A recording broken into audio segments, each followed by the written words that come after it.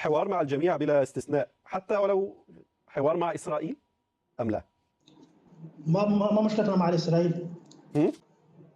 ما مشكلتنا مع إسرائيل؟ تو اس ویڈیو کلپ میں آپ نے دیکھا ہے کہ کس طرح سے یہ جو طالبان ہیں ان کا یہ ترجمان جو ہے اس بات کا اقرار کر رہا ہے جی کہ ہمیں تو اسرائیل سے کوئی مسئلہ ہی نہیں ہے، ہم تو اسے تسلیم کر لیں گے۔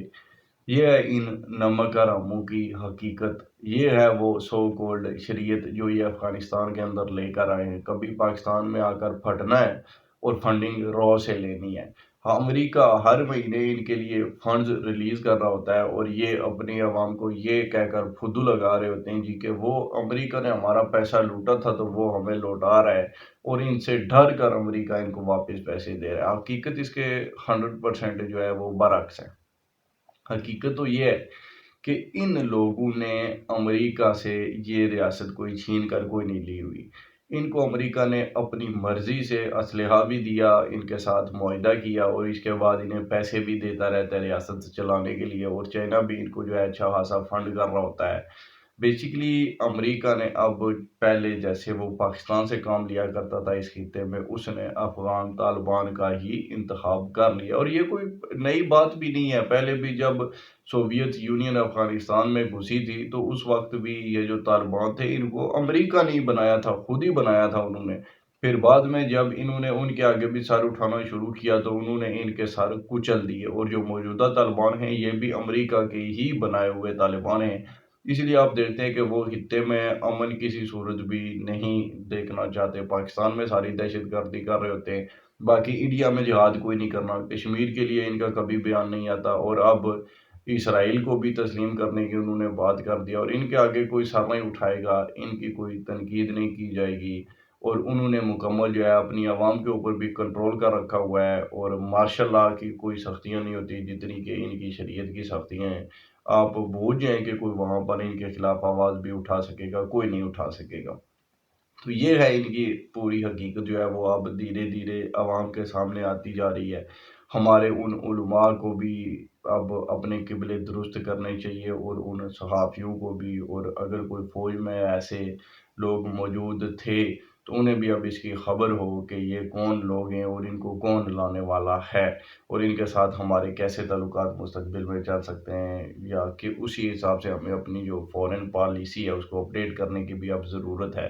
فیض حمید صاحب کا بڑا چائے کا کپ مشہور ہوا تھا تو وہ بھی انہوں نے، اب تو باتیں کھل رہی ہیں کہ انہوں نے کوئی امریکہ کے خلاف جا کر وہاں پر چائے کا کپ نہیں پیا تھا، اور امریکہ کے کوئی وہ مخالف نہیں تھے، اور جو اس وقت کی حکومت تھی وہ بھی امریکہ کے خلاف جا کر کوئی اقدامات نہیں کر رہی تھی کہ اس کے نتیجے میں امریکہ نے اس حکومت کا تختہ الٹا ہو، بلکہ وہ حکومت بھی امریکہ کے کہنے پر ہی سہولت کاری کر رہی تھی ان طالبان کے لیے، اور وہ حکومت اگر گئی تو اس میں امریکہ کا کوئی رول نہیں تھا۔ تو یہ باتیں جو ہیں وہ اب بڑی واضح ہو چکی ہیں۔ باقی ان کی کیا ہی بات کرنی ہے جی، میرے خیال سے ان کے لیے اتنا ہی کافی ہے۔ آگے چلتے ہیں، نواز شریف صاحب نے آج انگلینڈ میں جو ہے وہ کچھ گفتگو کی ہے، اس میں انہوں نے اور بھی بہت ساری باتیں کی ہیں، لیکن جو سب سے اہم بات تھی وہ ان کی یہ بات تھی جی کہ انہوں نے کہا ہے جی کہ اب مجھے مریم نواز نے یہ مشورہ دیا ہے کہ ہم پی آئی اے کو خرید لیتے ہیں، اور پنجاب ایئر لائنز کا نام انہوں نے لیا ہے جی کہ ہم کو اس طرح کا نام دے کر تو پوری دنیا میں اس کی فلائٹس چلانا شروع کر دیں گے۔ بڑی ہی حماقت ہوگی اگر نون لیگ یہ کرتی ہے تو۔ مسئلہ یہ نہیں ہے کہ یہ وہ ایئر لائن چلا پائیں گے یا نہیں، لیکن مسئلہ یہ ہے کہ پھر ہر کوئی یہ بات کرے گا کہ انہوں نے پی آئی اے کا بیڑا غرق کیا، جو کہ پہلے سے ہوا پڑا ہے، ان کا اس میں کوئی کردار نہیں ہے، لیکن پھر الزامات اسی طرح سے ہی آئیں گے، اور انہوں نے اپنی نجی ایئر لائن چلا دی ہے اور خود سے ہی سارے کام کر لیے ہیں، تو یہ کوئی ان کے لیے کوئی جو ہے وہ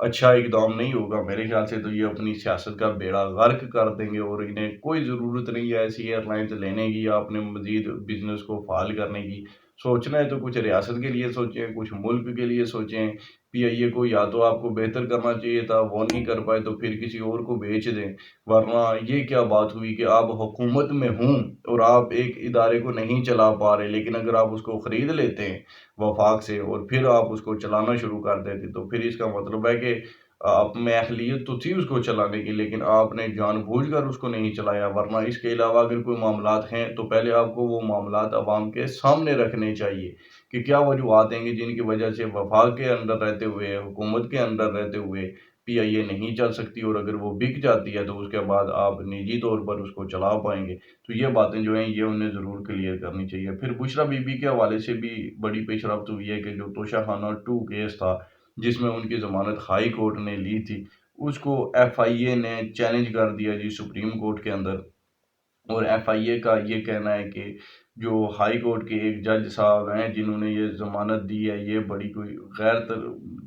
غیر قانونی طریقے سے انہوں نے دے دیا، یہ بنتی نہیں تھی کہ سپریم کورٹ کے جو طے کردہ اصول تھے ان کو مد نظر نہیں رکھا گیا۔ اور استغاثہ کا کیس یہ ہے کہ بشریٰ بی بی اپنے شوہر عمران خان کے ساتھ ملوث ہیں۔ ہائی کورٹ نے ضمانت دیتے ہوئے یہ مد نظر ہی نہیں رکھا کہ استغاثہ کے پاس یہ شواہد ہیں یا نہیں ہیں، بلکہ انہوں نے جو ہے وہ ایک بلغاری جیولری سیٹ کو توشہ خانہ کیس میں جمع نہیں کروایا تھا، تو اس بات کو بھی کوئی انہوں نے جو ہے وہ مد نظر نہیں رکھا ہائی کورٹ نے۔ سپریم کورٹ کے ایک فیصلے میں یہ اصول طے کر چکی ہے سپریم کورٹ کے خاتون ہونے کے باوجود اگر کسی کا کریمنل ریکارڈ ہے تو اسے ضمانت نہیں مل سکتی، لیکن اس کے باوجود ہائی کورٹ نے جو ہے وہ ضمانت دے دی ہے۔ پھر آگے انہوں نے کہا جی کہ 263 دن کسی کو جیل میں رہنے کی بنیاد پر ضمانت نہیں دی جا سکتی۔ اسلام آباد ہائی کورٹ کے 23 اکتوبر کے فیصلے کو کالعدم قرار دے کر ضمانت منسوخ کی جائے، یہ کچھ کہا ہے ایف آئی اے نے۔ اب بات تو یہ بھی ہے کہ ان کو چھوڑا گیا تھا تو وہ کے پی کے میں تو گئی تھی، لیکن وہاں پر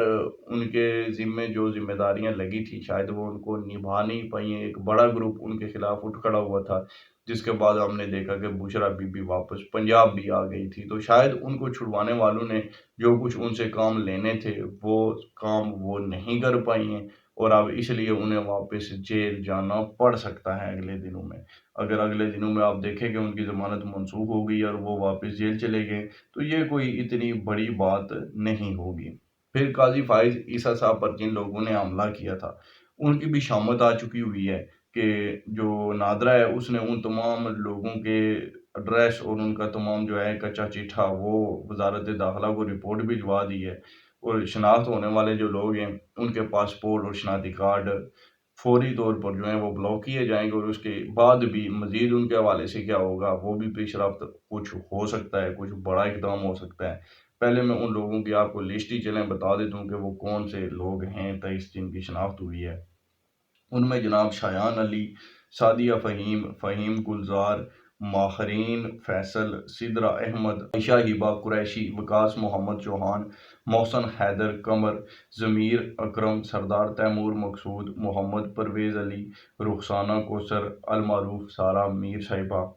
شیخ محمد جمیل، مہران حبیب، زہیر احمد، رحمان انور، محمد ساجد خان، خدیجہ کاشف، ملکہ علی، محمد نوید افضل، شہزاد قریشی، سلمان علی شاہ اور بلال انور۔ یہ وہ لوگ ہیں کہ جن کی جناب تمام تر جو ڈیٹیلز ہیں وہ نادرا کو بھجوا دی گئی ہیں، اور ان کے حوالے سے جو ہے وہ مزید پیش رفت آنے والے دنوں میں جو بھی ہوگی وہ بھی میں آپ کے سامنے ضرور رکھوں گا۔ تو یہ کچھ پیش رفت تھی ان تمام معاملات کے حوالے سے۔ پھر چیف جسٹس یحییٰ آفریدی کی جانب سے جوڈیشل کمیشن اجلاس کا ایجنڈا سامنے آ گیا۔ 5 نومبر کے اجلاس میں جوڈیشل کمیشن کے سیکریٹریٹ کے قیام اور آئینی بینچز کے لیے ججز کی نامزدگیوں پر غور کیا جائے گا۔ تو یہ بھی ایک بڑی پیش رفت ہوگی جس کی ڈیٹیل میں آنے والے ویلوگ میں آپ کے سامنے ضرور رکھوں گا۔ اب تک کے لیے اتنا ہی تھا، سبسکرائب ضرور کیجیے گا۔ دیکھنے کا بہت بہت شکریہ۔ اللہ حافظ۔